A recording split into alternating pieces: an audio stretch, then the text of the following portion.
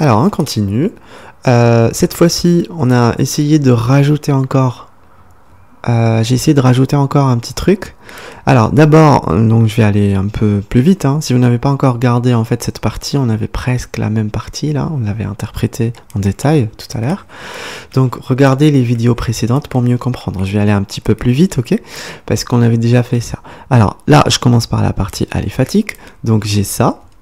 Alors, j'ai ça. Le CH3 qui va apparaître, pardon, vers 1. Donc, celui-là. Ça, c'est mon CH3. Et du coup, c'est un 3 hydrogène et un triplé parce qu'il voit ces deux-là. Ok.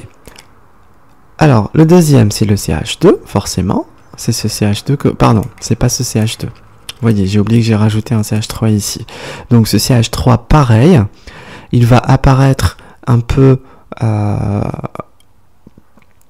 plus... Voilà, il est un peu plus déblindé. Pourquoi? Parce qu'il est presque proche, lié à un brome. Ok, là il est lié à un brome qui exerce un effet -I. Donc il va être un peu déblindé que l'autre. Donc vous voyez, on passe de 1.0 à 1.4. Donc là, pareil, 3 hydrogènes et un doublé. Pourquoi un doublé? Parce qu'en fait, lui, ce CH3 là, il voit ce proton qui est là. Ok, donc regardez, 1, 2 et 3. Ok, 3 liaisons, donc c'est possible qu'il le voit.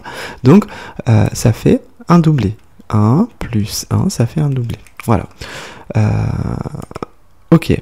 Donc, là, vous voyez que la constante de couplage, elle a un petit peu diminué, parce qu'en fait, ici, je vais vous rappeler que c'est un centre stéréogénique. Ok, c'est un carbone asymétrique. Donc, il doit forcément y avoir, par exemple, le brome, il est devant, et l'autre, le proton, il est derrière. Ok, on va forcément avoir un truc comme ça. C'est pour ça que la constante de couplage, elle n'est pas la même que tout à l'heure. Là, du coup, ce qui est surligné en orange, c'est quoi? C'est... Alors, on va juste rapidement passer à ça, parce qu'on a déjà traité. Attendez. Alors, ça, c'est ce qu'on a déjà traité. Du coup, les 7 points... Tout ce qui est vers 7. On va essayer de dire qu'est-ce qui apparaît vers 7. Ok. Alors ça va être un CH3. Pardon. Ça c'est un CH2. Ici j'ai mon CH2. Ce CH2 il apparaît vers 2. Ça c'est clair. Et du coup on a 2 hydrogènes et c'est un quadruplé parce qu'il voit les 3 protons, les 3 hydrogènes qui sont là plus 1. Ok. Donc ça fait un quadruplé. Maintenant on passe directement à tout ce qui est 7.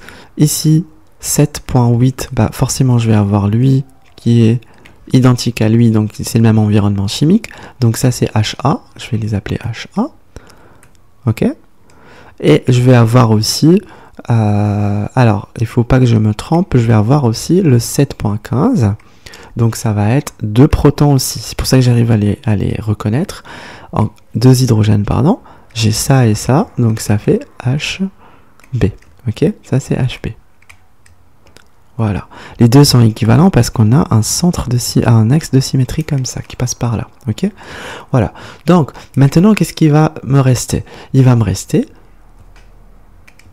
ce que je surligne en jaune, donc la partie, cette petite partie aromatique, liaison pi, et il va me rester ce proton là, ce proton en jaune, alors je vais le mettre en vert, que j'entoure en vert, ok. Voilà. Donc, on va commencer d'abord par ça, tout ce qui est jaune, parce qu'en fait, on en a déjà parlé. Donc, ça, le HA, alors je vais le mettre H1, pardon, et ça c'est H2. Alors, H1, il va avoir H2, séparément. Donc, c'est une constante de couplage comprise entre 12 et 17 Hz, ok. Voilà. Et du coup, H2, il va faire pareil, il va voir l'autre. Alors, si H1, il voit H2, on va avoir un doublé, ok. On va s'attendre à un doublé. Mais par contre, n'oubliez pas, parce que H1, il voit autre chose aussi. Là, il voit, c'est vrai, 1, 2 et 3, il peut voir le H2, mais il peut aussi aller comme ça, 1, 2 et 3, pour voir quoi? Pour voir cet hydrogène. Ok? Donc, il va d'abord voir H2, c'est un doublé avec une constante de couplage de J égale, on va dire, entre 12 et 17, on va dire que c'est 15, ok, 15 Hz. Et Et pareil, le H1, il va voir le H vert, ok? Donc ça va être encore un doublé avec une nouvelle constante de couplage, ok? Et cette constante de couplage, normalement, c'est de 6, truc comme ça. Entre, ouais, voilà. Constante de couplage de 6. On va dire 6, ok? Voilà. Donc, on va avoir un doublé de doublé pour H1. On va chercher où est-ce que j'ai un doublé de doublé.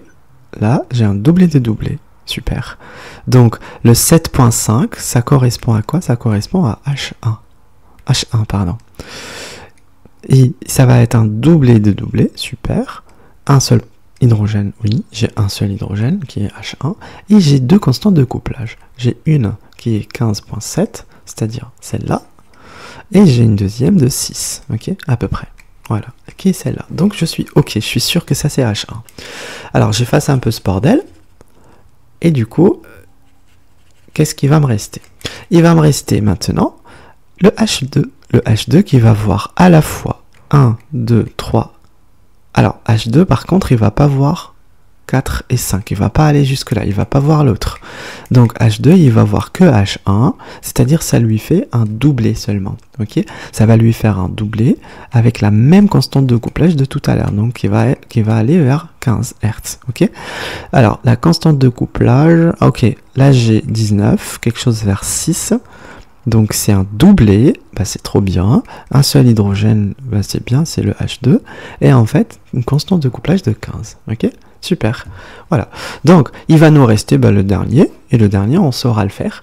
Donc le dernier, c'est ce qui reste en fait, c'est ce proton, cet hydrogène qu'on a là qui est asymétrique. C'est-à-dire, lui, il va voir, comme il est asymétrique, alors je vais essayer de vous dessiner quelque chose. C'est comme en fait quand on fait la présentation par exemple de CRAM et qu'on a ici j'ai H1, ici j'ai H2, ok?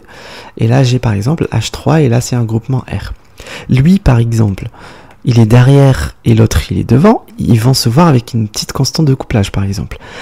Pardon, avec une grande constante de couplage, derrière et devant. C'est comme si on avait un truc comme ça en entier, ok?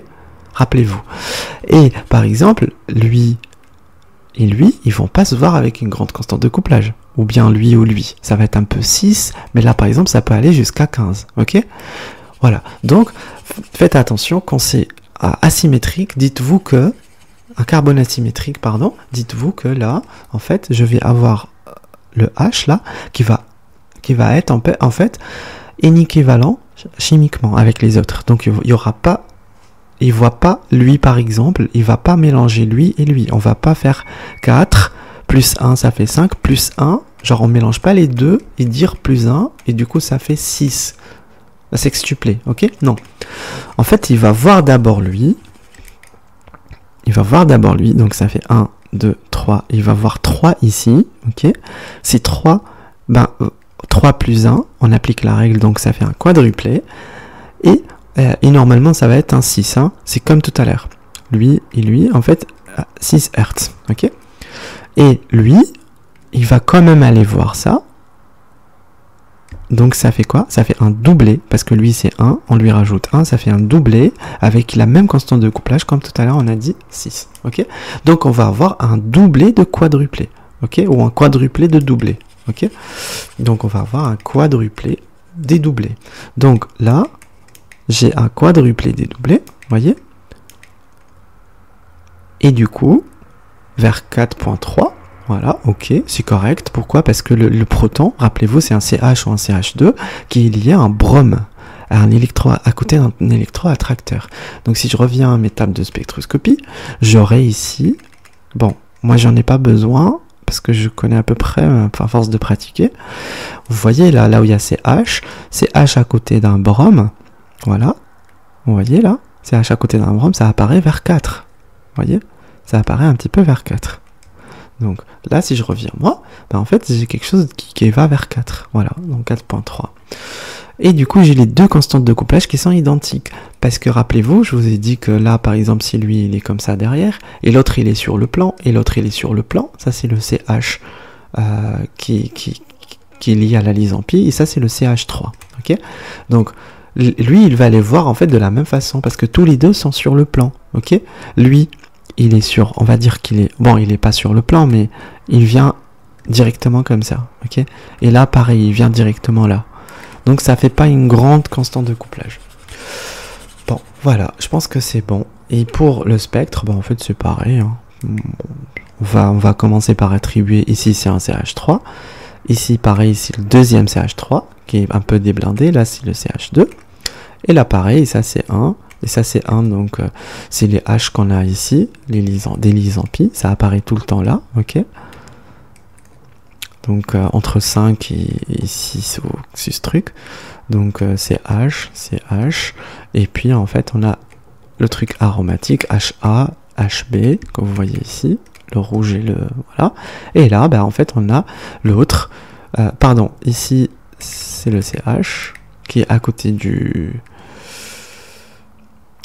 Comment on a dit? Voilà, celui-là. Le HA, là, c'est celui-là. Et l'autre, c'était le CH, ça.